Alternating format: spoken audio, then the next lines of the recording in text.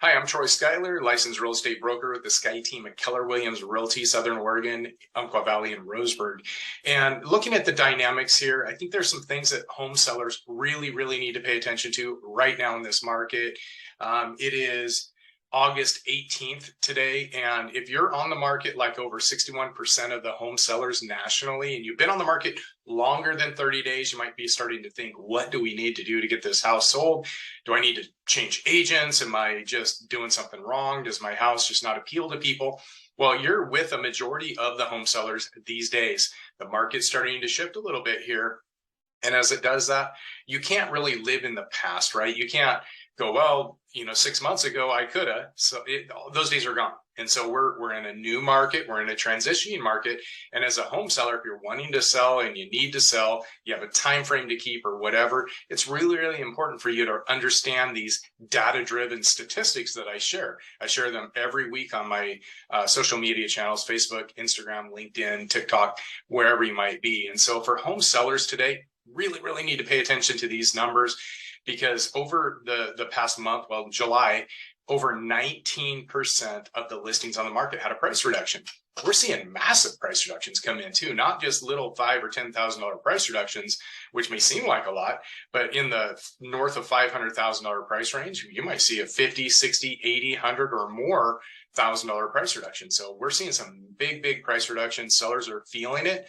They're saying, if we're going to sell this house, we don't want to make the mistake of holding on too long, because I've been doing this a long time, 27 years. And what I can tell you is, if you can grab the market here, it's better than waiting. If the prices start to get more and more negotiable, it's better to sell here than it is to chase the market down. Nobody expects negative equity. In fact, all the experts are expecting about a 10% appreciation. It's kind of an average of the five most respected real estate economists and experts. And so it doesn't mean that we're going to go negative in price, but the problem is you might feel like you're going negative because you got to get more sweet on your price. The averages are probably going to be there and the homes are still going to appreciate. But the problem is, if you're here on the market and you've been there for 3-4 weeks, something like that, and you're not pending, it's probably the price. That's usually the number one reason why a house doesn't sell, is price. You might think you have the most beautiful home in the world. I get that. I understand. Your neighbor might have sold for $100,000 more than you 6 months ago. I understand that. But if you're sitting on the house, we know there's some national statistics that NAR puts out. It takes about 12 people through your house to get an offer. Now, in the past 6 to 12 months, past 4 or 5 years, really, it happened so fast, right? We could get 12 people through your house in a day or two, and you went pending with 3 or 4 offers. We're not really seeing those kind of dynamics anymore. A house might sit there for 2, 3, 4 weeks on the market and have half dozen showings. And so you might be on the market and have no showings. What happens then?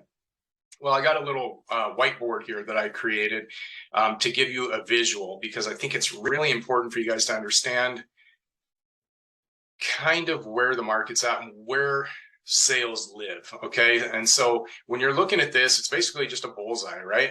And nationally, the data that NAR puts out, that's the National Association of Realtors, puts out, is the solds live in the middle here. This is where sales happen. And the historic average is that homes sell for somewhere between 3 and 5% of the listed price. And so if you're listed at $100,000, you're going to be somewhere between that, $95,000, $97,000 price range, somewhere around in there. So you can just kind of do the math.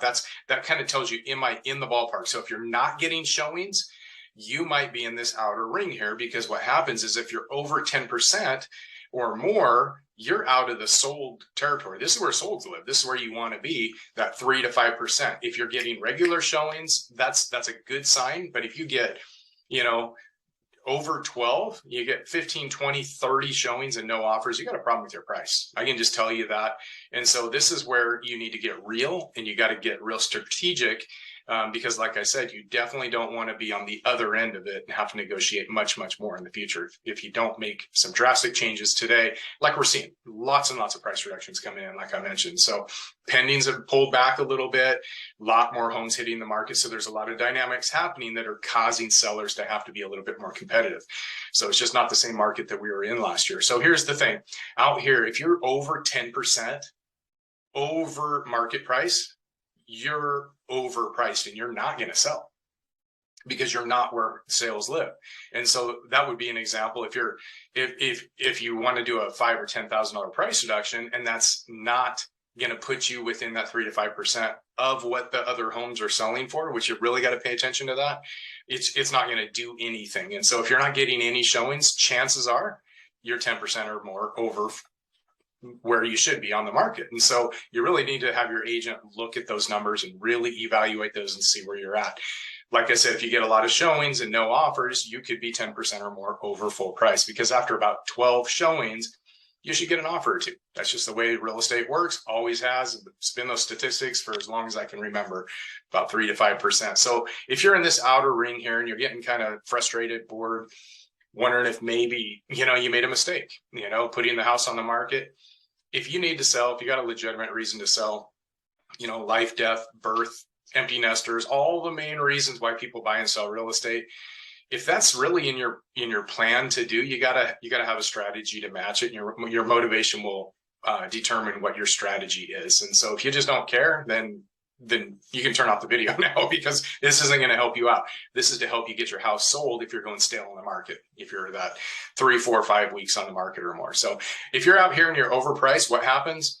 The house isn't going to sell. I can tell you that. It's just not going to sell.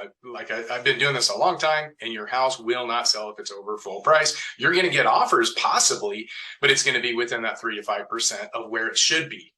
And then you're going to get mad thinking they're lowballing you, and you're going to reject their offer or counter them really high, and your deal is going to fall apart anyway. And so what you want is to secure the sale with somebody that can buy your house and will complete the transaction. House isn't going to sell if it's over 10% over market.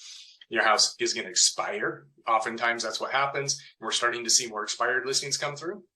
We're seeing cancels come through because people are just saying, well, forget it. I'm not going to take that price, even though that's where the market is. Remember, you sell in the market. You don't create a market. So the house isn't going to sell. It'll expire. You might cancel it. Or the worst case scenario, as the prices start cooling off and sellers start giving concessions again, and sellers start negotiating price a little bit more again, like we're starting to see, you start chasing the market down. So which is better? Let me ask you that. Is it better to pull the Band-Aid off and get it where it needs to be for today's market, or live in la-la land, not to be harsh, but to live in yesterday and the market that we had, hoping it's going to come back, and chase the market down, get further and further and further away of real market value? That's the danger that you take by not taking drastic steps today. It's always better when you list a property to nail the price right off the bat, so you can you'll be the best value on the block, right? Because you're right where it needs to be. You're within that 3 to 5%. If you're over that and you start going, well, I'll drop 3,000, I'll drop 5,000, and you're still 7, 8% over value, 9% over market, you're still not going to sell it. You need to pull the Band-Aid off and get it down to where it needs to be, and your agent should be able to help you with that if they've been doing this a while and know how to value homes. So I hope this kind of stuff helps. Man, I understand how it is, and I know it can be a hard decision. If you're selling though, and you need to, ask questions, do whatever, shoot me a direct message, shoot me a text, give me a phone call, 541-643-1131. Of course, I'm not trying to solicit your business. If you're listed with another agent, call your agent. If you're working with somebody, if you're listed with someone else, but if you're not, or you're for sale by owner, or maybe your house just expired, or you canceled your listing to give up, call me. Let's talk. Let's see what kind of plan we have to put together, what the price point really should be. Then you can make up your mind, make an informed decision. Is it time to sell, or do we want to stay where we're at? Have a great day. Thanks for watching. God bless you guys.